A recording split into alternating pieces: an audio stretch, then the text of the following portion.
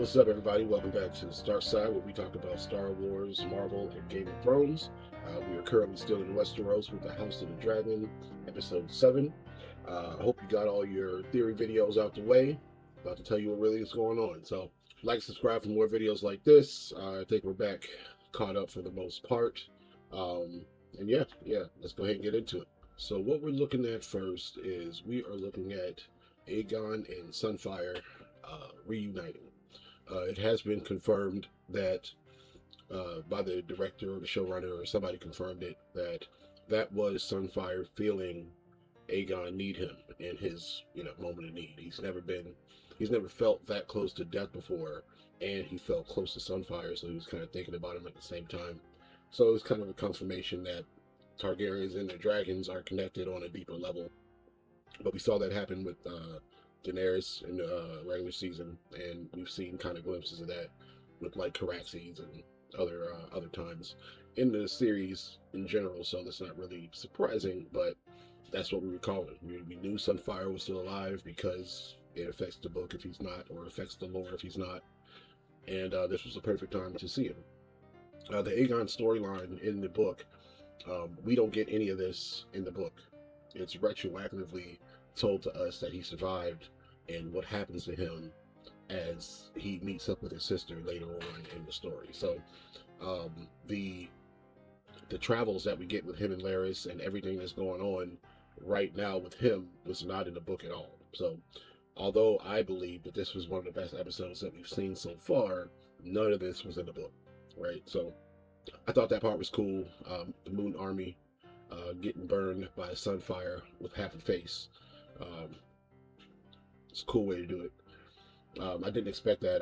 And he's supposed to be able to fly in the book, but we haven't seen him do that, and that's the whole way that they got back together in the book. So, interested to see how either one of them are going to make it to their final spot. Larys abandoning the group kind of works out. He's supposed to be in King's Landing this whole time, kind of orchestrating things from behind. So, him leaving the group at this point kind of still leaves that intact. Nobody knew where he was in general anyway, so him just popping back up, he could have claimed that he was in the city the whole time anyway. So we'll see how that unfolds once he shows up again. Going back to the Vale, Jane Aaron mentions Rhaena being among nettles and sheep in the mountains or in the Vale or whatever. I think that's the only mention of nettles we're going to get. And for people who've never read the book, kind of doesn't really matter to them. It's only a mention to us who have read the book and know that Nettles is missing. And it still kind of, I don't want to say it pisses us off, it might piss some people off, but it still kind of lets us know that you just got rid of Nettles on purpose, even though you knew that she existed, right? Although we knew that in the beginning anyway. All these writers are very familiar with the story and have read all the same books that we've read. Probably keep reading them throughout the filming process, just like I do.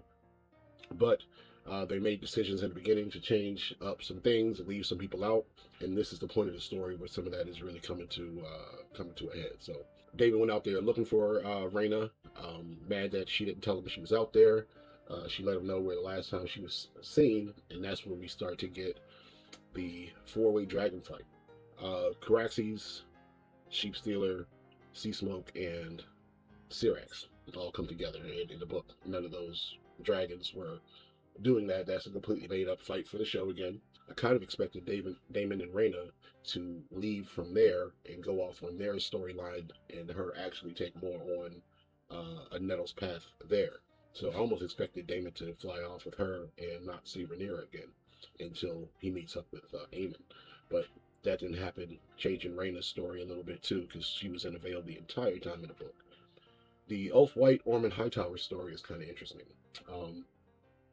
They've already made enough of, I don't want to call it, say, made him a fool, made a fool of Ulf enough that he feels the need to switch sides anyway.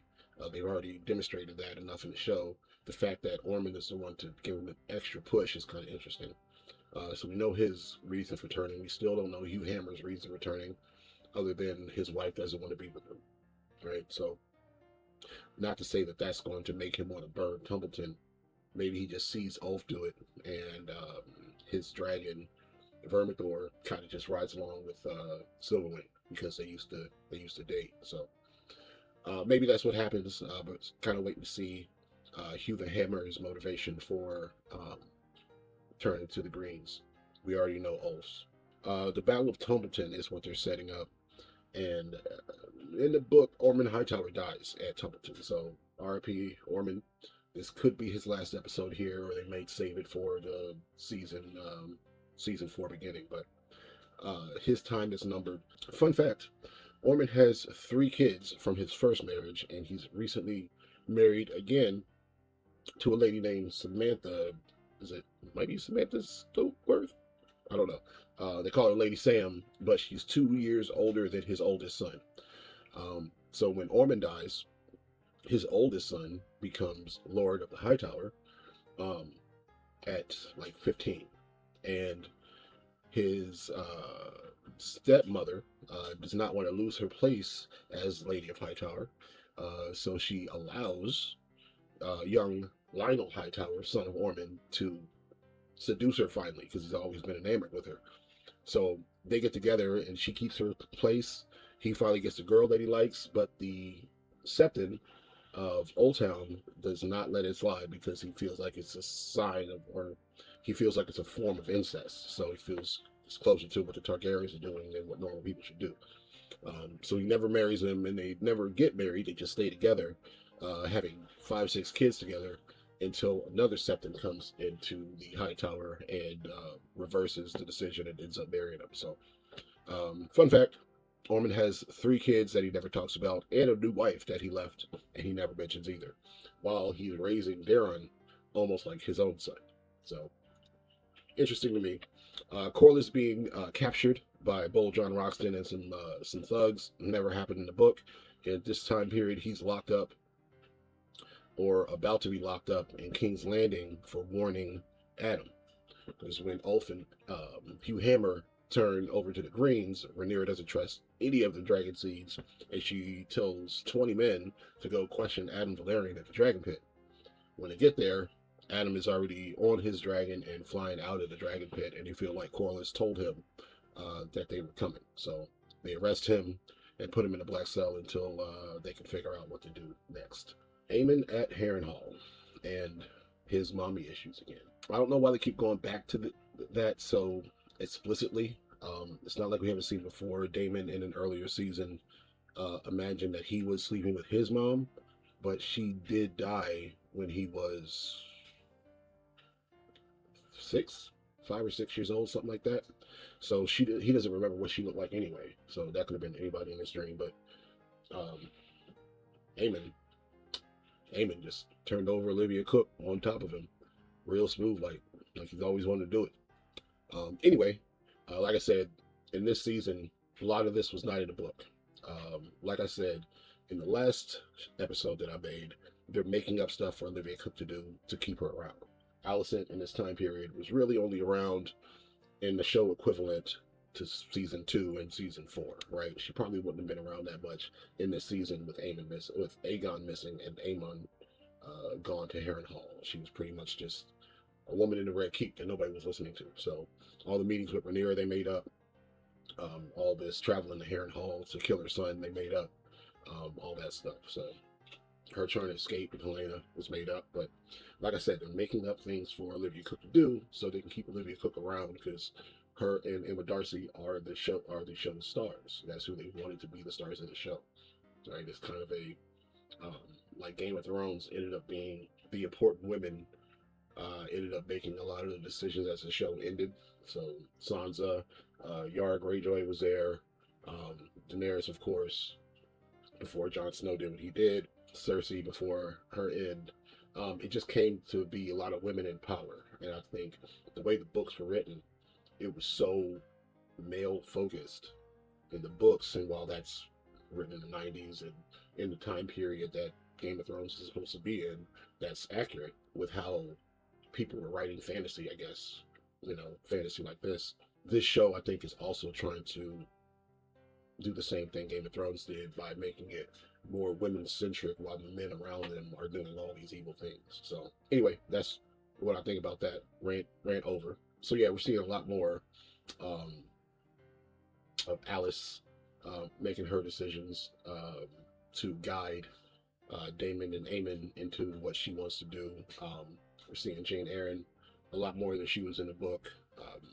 Rhaenyra and Alicent around a lot more, and then if they do it properly, there's going to be a lot more of that in season 4 as well. So just gearing up for that.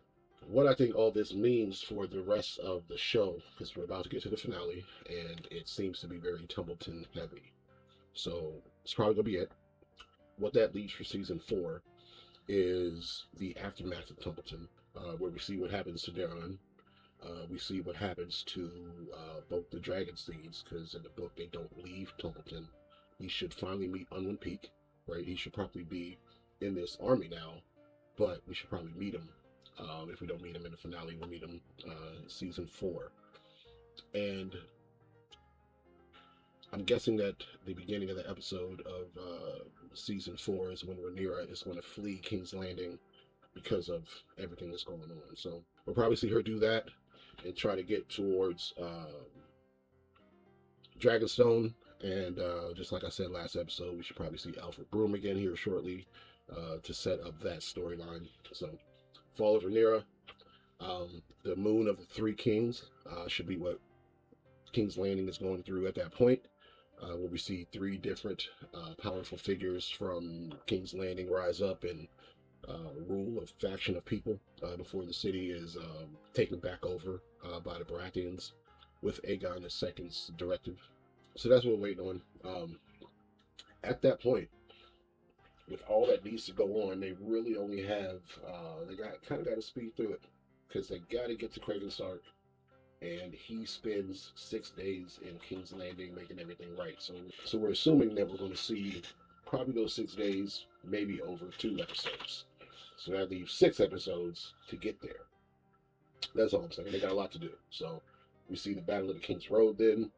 I think we see probably another battle before that. There's the second battle of Tumbleton. Before that, where we see Adam and Seasmoke pop up again, and then the Dragon Riders meet their end.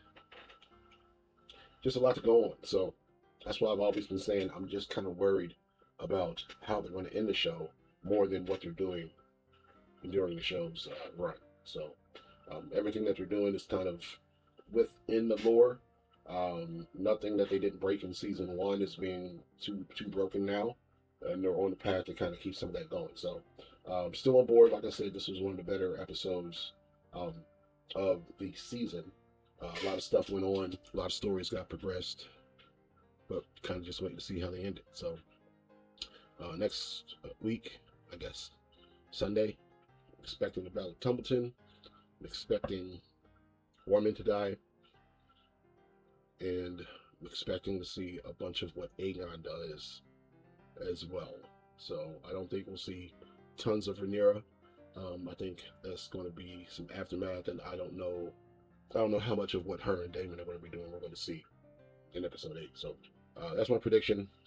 Be back maybe earlier than next weekend.